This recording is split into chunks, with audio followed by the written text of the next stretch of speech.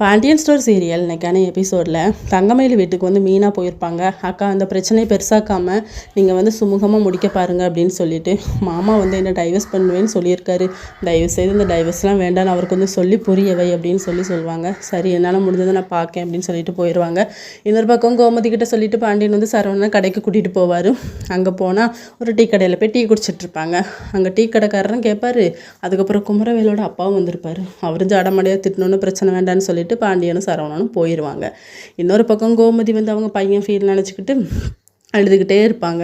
கதிர் வந்து ராஜிக்கிட்ட வந்து கேட்பாங்க, அம்மா சாப்பிட்டாங்களான்னு.